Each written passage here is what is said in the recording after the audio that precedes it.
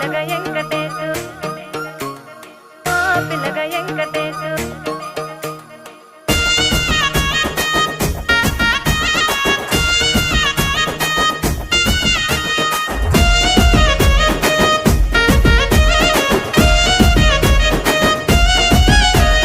సిద్ధిరాల మనసు నాది చిన్నగా పోతుంటావో చూడక పోతుంటా